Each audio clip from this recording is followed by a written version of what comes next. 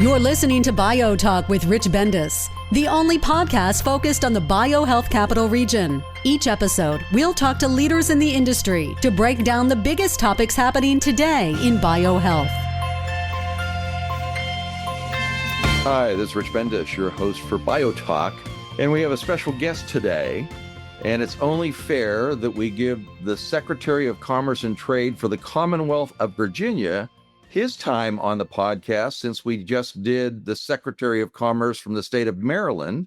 And there's no competition, as you know, between Maryland and Virginia, but Juan Pablo had a chance to do an opening at our BioHealth Capital Region meeting about a month ago and basically sold the heck out of Virginia. So I'm sure we're going to get a repeat of that performance on our podcast today. So let's all welcome Secretary of Commerce of Trade for the Commonwealth of Virginia. And I made a mistake during the forum of calling it the state of Virginia. And since I was born in Arlington, Virginia, I should remember it's a Commonwealth. And so we have Secretary Juan Pablo Segura with us today. Juan Pablo, welcome to the podcast. Thank you, Rich, for having me. Thank you. And I know it didn't take you long to get into this, Juan Pablo. Before we even get to the first question. Rich, I'm just saying. Okay. I know. I gave you the opportunity. So spoken like a true salesperson selling something. So anyway, the listeners basically can read your bio on your website or on the Commonwealth's website. But more importantly, you and I go back probably over 10 years ago. But I think it's important for you to introduce yourself and tell the listeners what you think they would be interested in learning about your background and how you evolved to where you are today. Sure. So my background, I'm an entrepreneur by training. I don't know necessarily how much training it takes to be an entrepreneur. You just have to go get started and you pick up a few scars and bruises along the way. But we got to know each other, Rich, about 10 years ago when I started my company called Baby Scripts. That company has become quite a large company that's really focused on helping monitor high-risk pregnant women so that they have healthier pregnancies. And so I started that company in the DC area, grew that. We ended up raising around $50 million in venture capital. And my whole life changed when I got to know a gentleman by the name of Glenn at the time, who ended up becoming Governor Youngkin. We stayed close, and he recently, about a year ago, asked me to become his Secretary of Commerce. So here I am, growing and working with the governor to grow our more than $720 billion a year in GDP economy. It's really the job of a Secretary of Commerce. And it's really fun because as Secretary, really economic growth is not just a company game. It's not just bringing companies to your respective state. You really have a whole strategic component of fitting all of these little puzzle pieces together: housing, energy policy, innovation strategy for startups, and creating the fertile environment necessary for then big companies and also small companies to come relocate and hire great Virginians with great paying jobs. And that's really ultimately what a Secretary of Commerce does and what I'm focused on 24/7. Well, thank you. But we really sped up your background a little bit by the last 10 years. But prior to becoming an entrepreneur 10 years ago, I'm sure you had other elements of your background which prepared or didn't prepare you to be an entrepreneur. So go back a little bit further and talk a little bit about your earlier background too. Oh, sorry. Maybe some folks from Deloitte are listening. I was very thankful to Deloitte. I started my career as a finance consultant at Deloitte back in 2010, did a couple years of consulting. I understood that consulting was not for me. It's not for everyone. It just was not for me. And I also come from a family of entrepreneurs. My grandfather had the equivalent of a Dick's Sporting Goods in Argentina, and very remote area of Argentina. My father started his own company. And so I just had the entrepreneurial genes and the blood inside of me, which encouraged me to move along and start my own company. And so, I was born and raised in Virginia. So both my parents are from Argentina, but I was born in Alexandria, Virginia, and I've just been moving around Virginia my whole life. Excellent. We were neighbors. I was born in Arlington, but I was born a few years before you were. Thank you for giving us a little bit of your earlier background, Secretary Segura. You started to get into about your role as the Secretary of Commerce and Trade for the Commonwealth, talked about some of what your day job is. Let's dive a little bit more deeply into your day job. Talk about all of the different elements that play into that and some of the departments or programs that a lot of the listeners wouldn't think are associated with what is considered commerce for a commerce secretary. You're referring to work like in the housing area or Right. yeah, perfect. Yeah, but how important it is to the commerce environment too. Well, start thinking about the practical nuances of company relocation. You can have a great tax environment, a great regulatory environment, and now all of a sudden a company wants to come. But if a company's bringing, say, 500 or 1,000 jobs to an environment and there's no housing, there's no place for people to live, how can that company effectively relocate to whether it's your state or your locality? There's so many components and pillars to standing up a company actually deciding to come and to essentially rebuild or plant a flag in your respective state. And so whether it's housing, and we all know that we're in a workforce housing crisis, an affordable housing crisis, not just in places like Virginia, but across the country. Most states are dealing with this. Another component is, hey, you might have the great regulation, great tax environment, but if you don't have affordable and reliable energy, if you're worried about, I mean, there are some states right now that are dealing with threats of brownouts and blackouts. I was just talking to a pharma company the other day in a different state, and temperature control is integral to their manufacturing process. They are getting worried about what are called micro outages, where some power companies have to titrate and sometimes cut the electric or the kind of flow of electricity in little micro doses to manage their grid better. But that actually creates a terrible snowball effect in this environment, in the pharmaceutical environment.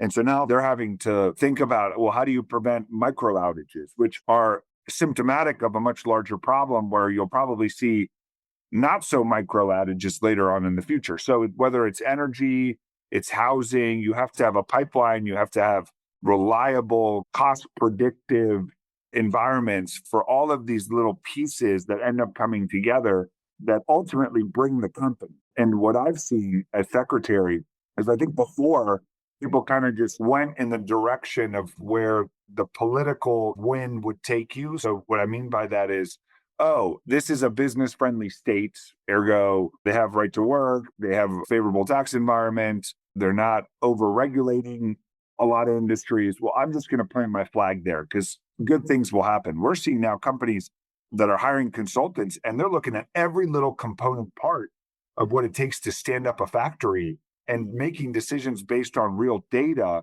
no longer just where people's gut might say, oh, this is a good place to do business. And so all of these pieces are what we have to figure out in the Commerce and Trade team. And there's also Secretary of Commerce and Trade.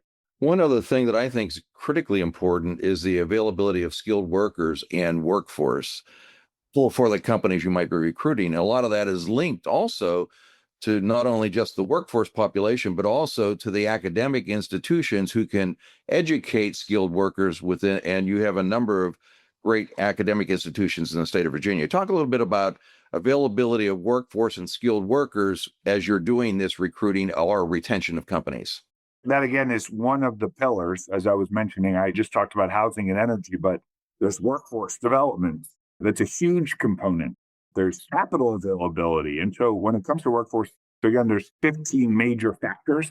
And I think we'd have to talk for 2 or 3 hours to talk about all of them. But as it relates to workforce development, it's very interesting. Within the Virginia government, the Secretary of Commerce and Trade actually doesn't have the workforce component. That's the Secretary of Labor. And then you also have the Secretary of Education that's in charge of all of our higher learning institutions and also anything that's related to education, K through 12, community colleges, et cetera, universities. But what we're seeing is absolutely workforce is one of the top 3 components of what determines whether a company will move to your state. We just double click on the life sciences and pharma. It's interesting. These projects are huge. Eli Lilly recently decided to come to Virginia. They're hiring at least 500, whether it's lab workers, PhDs, master's degrees folks. And I mean, the first question that they asked us is, all right, show us how many people you're graduating from your major tier one universities or even your mid-tier universities, and show us that that pipeline is sustainable, not for the next 3 years or the next five, but the next 10 to 20. And so part of the challenge of bringing these companies is not only saying, hey, we've got all of these great assets, but there will be a steady flow of folks that you can recruit. And the way the workforce is evolving is it's no longer just someone that has a bachelor's degree or a master's or PhD. There's also a heavy emphasis on certificates. And so a lot of what we've done in Virginia is we've created this concept of stackable credentials, where if you start, you can get a credential when you graduate high school to, for example, work on a line in a pharma facility, a life sciences facility. But as you get that certificate, you can use that to then get an associate's degree. And then when you get that associate's degree at a community college, you can then use the credits earned to qualify for a bachelor's. And you're essentially stacking on top of all of the credentials and degrees if you want to continue your education. And so it's that kind of environment that you need to have in order to attract the biggest and the fastest growing companies in the country and in the world to your respective locality. Basically, in the last 6 months, you couldn't really open any media and see that there wasn't some major announcement coming out of the state of Virginia. And you've touched on AstraZeneca, Lilly, and there's Merck. And basically, you've had some major successes that have come to Virginia this year. They didn't happen overnight. You cultivate these relationships you build over time. But what do you attribute this significant success that Virginia's had in attracting three of the major pharma companies in the world to Virginia in 2025? Great question. I would say both institutional assets that Virginia's always had. We'd love to take credit for everything at the Youngkin administration, but you got to give credit to where credit's due. But also, there have been things that we, as an administration, have been able to control that I think put the pedal to the metal in the life sciences. So first and foremost, we have some core assets in Virginia that most states would die for. We consistently have the number one educational system in the country in Virginia. I think we've been number one in education by CNBC for at least the last 5, maybe 7 years. And so we have a great community college and state university environment where everyone's working together. You have solid funding, you have great corporate and institutional partnerships. And so you just have a great educational environment where excellence and standards are incredibly important. You also have infrastructure in Virginia. We've always been number 1, 2, or 3 in transportation infrastructure for as long as I can remember. And that matters when you start thinking about where you're going to put a plant, access to markets. I mean, we have the widest and the deepest port on the East Coast in Norfolk, which is important, whether it's our port or the fact that you can get to 50% of all consumers in the United States within 24 hours drive, 78% of consumers within a 2 days drive. So we're very well located. We've got great assets. We have great universities. But what this administration has done, and we've really looked at how we take advantage of some international trends. So during COVID, I think one of the things that really started putting Virginia on the life sciences map was there was this realization that we had to reshore crucial pharmaceutical know-how, advanced pharmaceutical ingredient production. We had to get that out of places like China or India, where there were some geopolitical threats and dynamics. So there was this core understanding. It wasn't political. It was embraced by both sides that had to come back to the United States. We couldn't be dependent on some of these rivals for so much of our crucial medicinal supply. And so we really benefited from that when Flow got a $200 million grant from the federal government. They stood up an incredibly advanced facility in the Petersburg market. But you also had other partners like Civica early on, 2019, 2020. You had Medicines for All and Frank Gupton at VCU that were working on new ways of reducing waste in the pharmaceutical production process through continuous flow and getting out of the batch processing methods, which have been the method of pharmaceutical production for the last 50 to 100 years. So again, a lot was happening, but what this administration did is it made pharmaceuticals and the life sciences one of the top 3 areas of business attraction that we wanted to go through. And what we ended up really focusing on is we did a three-legged stool plan. The first was we were going to make generational investments in core infrastructure. So lab space, partnering with our universities to create incubators, and also working with our universities to do matching funds to attract the best researchers in the country to Virginia. So we've appropriated more than $120 million in our general fund over the last 3 years in the life sciences. So that's made a big difference. One of the things that we also really focused on, and this was not just in the life sciences, but across every sector of the economy, is how we've gone through historic levels of deregulation in Virginia. We've streamlined more than 35% of our regulatory code. So now in Virginia, it takes 70% less time to get an air and water permit today than it did 3.5 years ago. And that matters. I mean, companies need to go fast.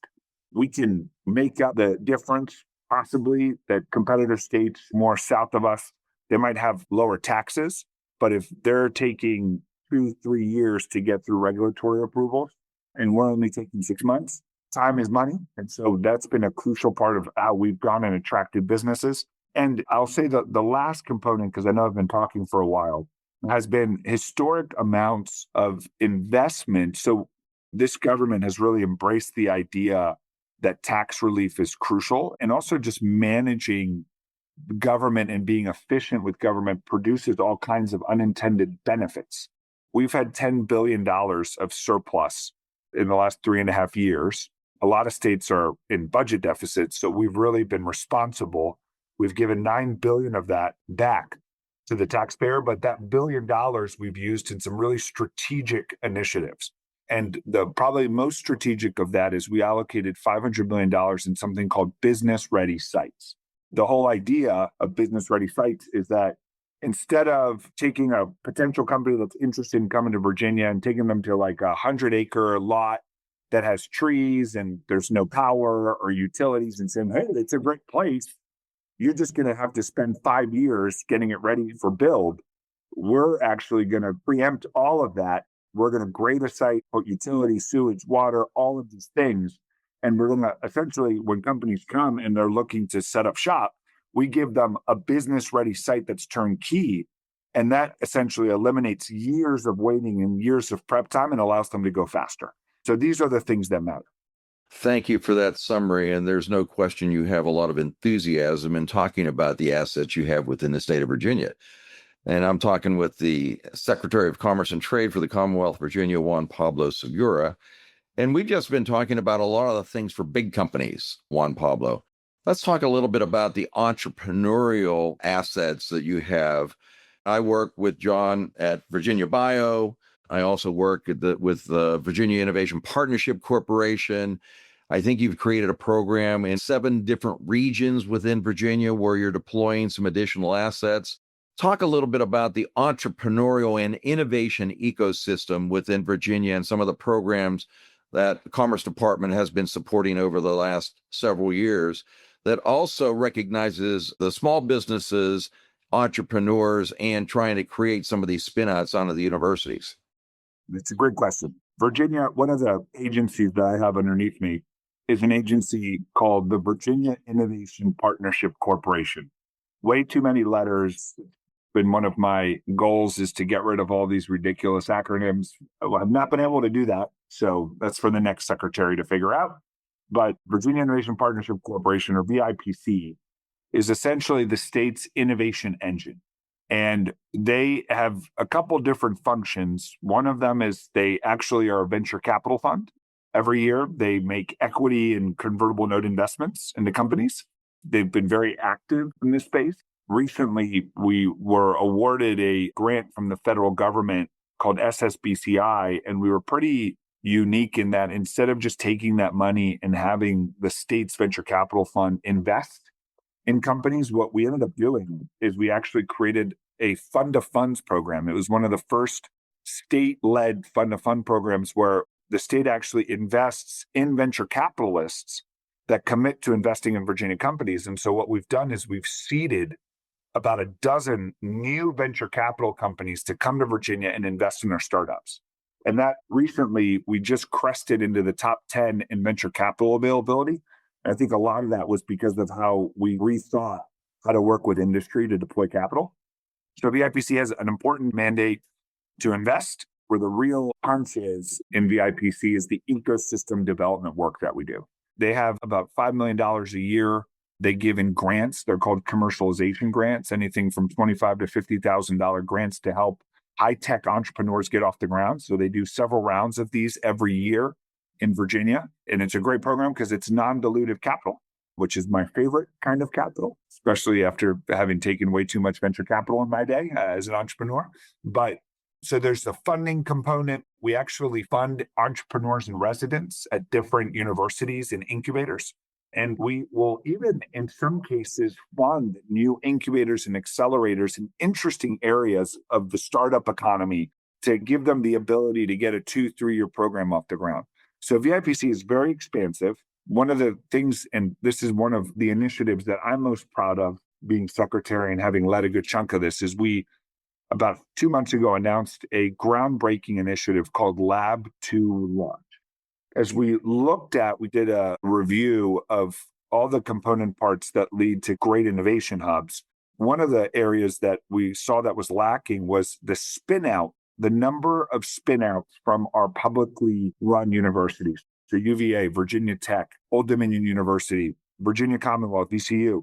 We noticed that, and this is a trend in a lot of places across the country, but we noticed that in Virginia, over the last 10 years, the funding has doubled from the federal government for commercialization, but the number of startups had stayed stagnant.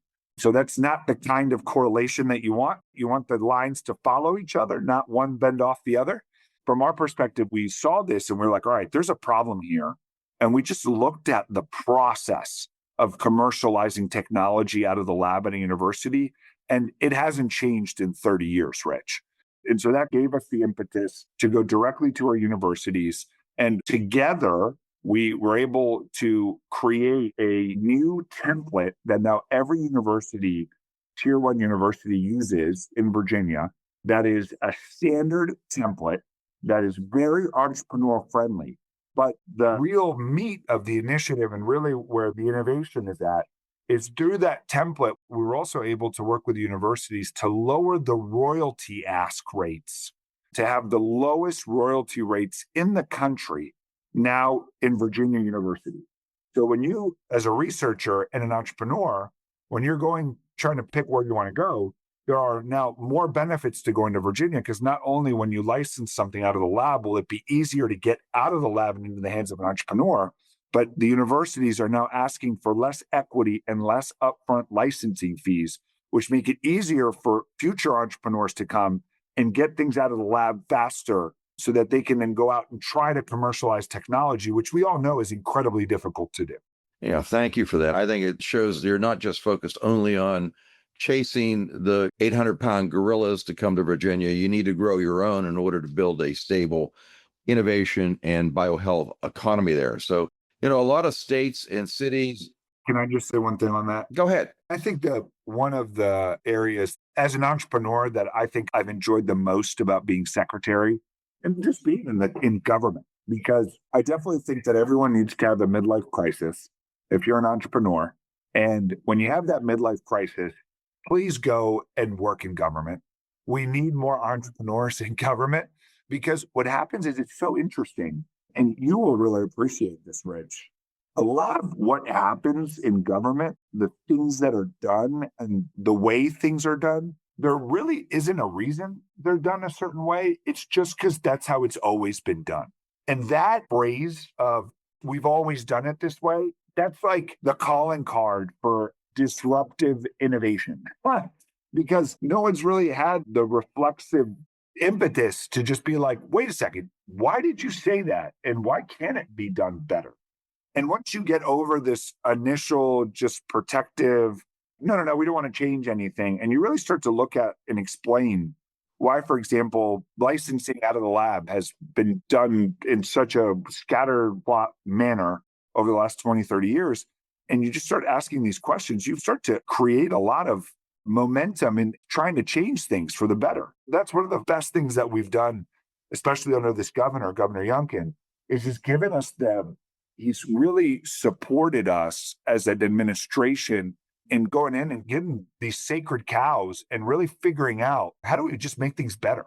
And whether it's lab to launch or we just announced this huge pharmaceutical training initiative, I really think that government needs to have entrepreneurs in residence / working in them constantly. I agree 100%. And I've been in your shoes because many years before, I helped create the Kansas Technology Enterprise Corporation. And that's like your VIPC or the TEDCO in Maryland. And we did this in 1987. So it goes after the Ben Franklin Partnership was created in Pennsylvania. We modeled that after what Pennsylvania, because they were one of the front runners in the United States, because they had all the Rust Belt companies and had to find a way to get into the Industrial Revolution and innovation. But the other thing is having entrepreneurial experience and having to meet a payroll and to be a little more empathetic to what entrepreneurs have to go through every Friday or every other Friday when they have to meet the payroll for all of their employees they have in their business. I think it's a little bit different when, other than being somebody who's worked their way up through government all the way and never been in the private sector, how you can relate to what they're going through on a day-to-day basis within their businesses and how they have to be empathetic to the employees that are underneath them. I respect what you just said about we need more entrepreneurs, business people to get into government because we really don't have a surplus today. And a lot of people just cannot relate to what the needs are of the innovative growing businesses within our economies. So the other thing is with the federal government, which is a little right now, not as predictable in what it's going to fund in the future, private-public partnerships and states have to pick up some of that slack for some of that federal funding that has been flowing into the state. So talk about the importance of how you relate to government, academia, industry, and non-governmental organizations working together for a common goal rather than having to be heavily dependent on federal funding, which we can't be that dependent on in the future. Yeah, again, this is one of those things where having a business background is so important because particularly, I mean, I know I'm biased here, but entrepreneurs, we're scrappy. When you think of, all right, I need $20 million to get this product launched, or pick your number, 1 million, 2 million, 5 million, whatever. And you really start thinking as an entrepreneur, you're like, all right, well, I can get like 5 million from my investors, but I need to find another $15 million. I'm going to do whatever it takes to try to get to that total number. And a lot of what you're talking about, whether it's federal cuts and the perception of that and the challenges that now exist, the framework and the DNA that we have in the Youngkin administration is that if government is fully funding something, it's probably not the best idea. We want to have the private industry fund things. And sometimes you need just a little bit of an extra push to get over the hump. And that's where government can catalyze. And so that's been our crucial manifesto as we've looked at how do you step in with government funds. And again, people have always done it a certain way. And so the traditional mindset is, oh, we need more lab space in Charlottesville. So what happens is some nonprofit in Charlottesville will say, okay, I'm going to work with pick your university, UVA or Piedmont Valley Community College, and we're going to put a request in the budget, and we're going to wait 7 to 10 years for that request to get funded because it never gets funded on the first time, it never gets funded on the second time. Maybe people start talking about it in years 3, 4, and 5, and then finally, 3 years later, there's an appropriation that through just political strong arming, it finally gets through the door. So 7 years to get one thing done is ridiculous. Because especially 7 years later, who knows if that need is even relevant, given how quickly an economy changes, particularly now with things like AI. From our perspective, what we've adopted is this framework that, all right, show me the money, show me that you have skin in the game, whether it's university, nonprofit, company, and then we will find a way to fill the gap. And that mindset, it seems so simple. But to be honest, it's been transformative because look at the last budget that was passed. The state ended up funding, what was it? It was 3 million plus 5 plus another. So it was around $15 million of state funds were appropriated for 3 projects. We wanted to make Virginia the place that produced about 1/3 of all the low-cost insulin in the country, which we were able to do in a partnership with Civica. We were able to create what's going to end up becoming like our Lab Central shared lab incubator accelerator space in Charlottesville. And then we were able to also work with Roanoke to create this gene therapy cluster in that area. So when we got all of those projects funded, when you look at the private capital that's coming, it's almost $70 million. So the state brought 15, but it's unlocking $70 million of private equity skin in the game that is allowing us to move faster than what we thought possible. And you can just take this model to everything that we've done. Look at this training center that we just announced. We have 3 big companies in Virginia. In that budget process last year, we had a 4th project that did not get funded. It was an advanced pharmaceutical training center that was going to end up being $20 million in size. We asked the state to put $5 million and we couldn't get it. It just wasn't enough funds or how the budget works, politics, whatever. So these 3 big companies, AstraZeneca, Eli Lilly, and Merck, announced huge investments in Virginia. And so the governor and I started talking one day and he said, well, I know we talked about a training center. What if we just went to them and just threw this crazy idea of them helping fund the project? And we went to one of the companies and one of the companies said, yeah, I think we can allocate $40 million to this project. Just one of them. Already 2 times the size of what we initially thought possible a year before when we tried to put something through the budget. And so then we just went to the next company and we said, this company's doing 40. Can you do 40? And then they were like, yeah, we can do 40. Finally, we went to the 3rd company and we're like, well, everyone's doing 40. Can you do 40? And out of nowhere, we had $120 million private sector capital that was going to fund this initiative. And then what did the state do? The state said, all right, we're going to put $10 million to show that we're serious. We got skin in the game too. But look at that leverage. That's 1 to 12 right there. That's the sign of a healthy innovation ecosystem, is the private money is coming in, not the public that's trying to do everything. Well, I think that's the role of government really, is to be the seed capitalist, not really the venture capitalist. If you provide the right amount of seed and also look at requiring matches or asking people to contribute in a project that's going to be more successful, it's almost like an entrepreneurial venture when you're starting up. And you know this when you did yours. If you weren't at risk financially in the business you're starting, how do you attract other people to get involved in your business when you're only going to lose their money and none of your money in the business you're starting? So at the end of the day, what you're doing is encouraging these private-public partnerships, but they know that Virginia's got sweat in the game, they got money in the game, and they've got a partner who has something to lose rather than being totally dependent on their money funding every initiative. So I compliment you on that. I mean, what pushes people, this is such an intrinsic belief in this administration. It should be no surprise. I'm not a socialist, I'm a capitalist.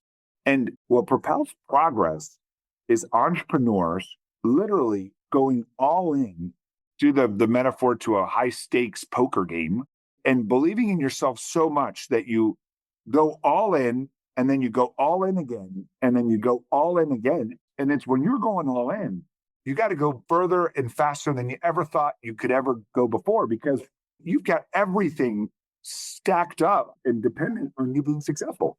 I think that kind of risk capital is what creates progress. It's not government that creates progress. It's at-risk capital that pushes everyone to do things that no one thought could be possible. Let's talk a little bit about something you might not know from a historical perspective. When I created BioHealth Innovation almost 13 years ago, was Montgomery County and Maryland focused. One of my founding board members was MedImmune, which is now AstraZeneca because they acquired MedImmune. And basically they said, how come we're focusing on Maryland when we don't care where our workers come from or where our technology comes from? We want the best and brightest workers. We want the best technologies. Why are we not really involved in partnering with DC and Virginia in this region? And how come there's a brand like the Research Triangle or Silicon Valley and we don't have a band? We call it the DMV and everybody thinks it's the Department of Motor Vehicles. So what are we going to do to try to elevate this region to show people that we can work together? That's where the BioHealth Capital Region brand came, Juan Pablo. So at the end of the day, before we created that brand and started working together, we were ranked 7th in the BioCluster annual rankings in the United States. Now that we're working together as a region, which is Virginia, DC, and Maryland, we've evolved to be number 3 and number 3 for the last 3 years, with only San Francisco and Boston above us. Another thing that we did was we said, if we're going to be regional, we need to have regional representation on the BioHealth Innovation Board. So we've added Eric Edwards from Flow, we've added Ron Kurtz from Canon, Amy Adams from George Mason, Donna Edmonds from BrainBox, and we really are now a truly regional organization where it embraces all of the assets from the 3 regions. So talk a little bit about regionalization and how important that is to the Commonwealth of Virginia. Oh, yeah. Of course, there's always this competitive friendship that exists. Where do projects go, et cetera. But they're absolutely, and this is part of this mindset, which is if you do the right things, if you have the right economic development principles in place, everyone wins. And I do wish that because of politics, you sometimes have a red state, blue state thing where some folks choose to not work as closely together because they're not on the same political team. But we collectively make the right investments, whether it's in transportation, infrastructure, education. There's more than enough to go around. To your point, I do think you can have a regional identity, because the thing with the Research Triangle is it's a North Carolina product. It's that state. It's not South Carolina and Virginia. But what you can do through BioHealth Capital Region is there is an opportunity to transcend the local and to align assets in a way where if a project goes to Virginia or DC or Maryland, yeah, everyone can win, because we all know that people move in between and over lines every single day to go to work, to play sports, to friendships and communities. And I do agree that the work that you're doing and creating a regional brand and identity is so important, especially as, and I will tell you this, a lot of the recent pharma investment has gone in other areas. They have not gone in Northern Virginia. They've been in the Richmond area and the Charlottesville area and in kind of the Harrisonburg area. So I do think this will eventually round out Prince William counties being incredibly aggressive in bringing life sciences partners and companies. And so you're going to start to see a larger Nova life sciences presence. I think it's going to be in the Prince William County environment. Prince William needs to be working with Montgomery County, like in Maryland. They cannot be separate entities trying to go in their own direction. That would eliminate synergy, which we need. I think one of the examples is really ATCC, which has Manassas facility, and they also have a facility in Gaithersburg, and they basically work in both Maryland and Virginia, and they coexist very well, and they can work and leverage the resources between Maryland and Virginia as they grow their business. Actually, didn't know that. That's cool. Yeah.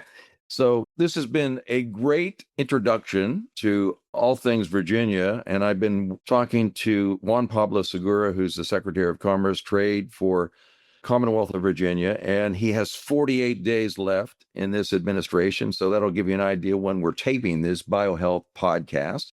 Let's talk about your legacy. You've been Secretary of Commerce in the Commonwealth for over a year now. Talk a little bit about what you're going to be most proud of in the service you provided to the state, to the Commonwealth. I'm sorry. Well, I think the legacy is the governor's legacy. And we talked a little bit about this at the beginning. The mindset that he's brought is that government can be better. Government can work and operate at the speed of business. And we can get a lot done if we have the right people in place to unleash the power and the opportunity of all Virginians. And so I'm so proud to work with an administration that, like we talked earlier, has streamlined 35% of all regulation. It's not just in the life sciences. We've lowered the cost of building a new home by $24,000.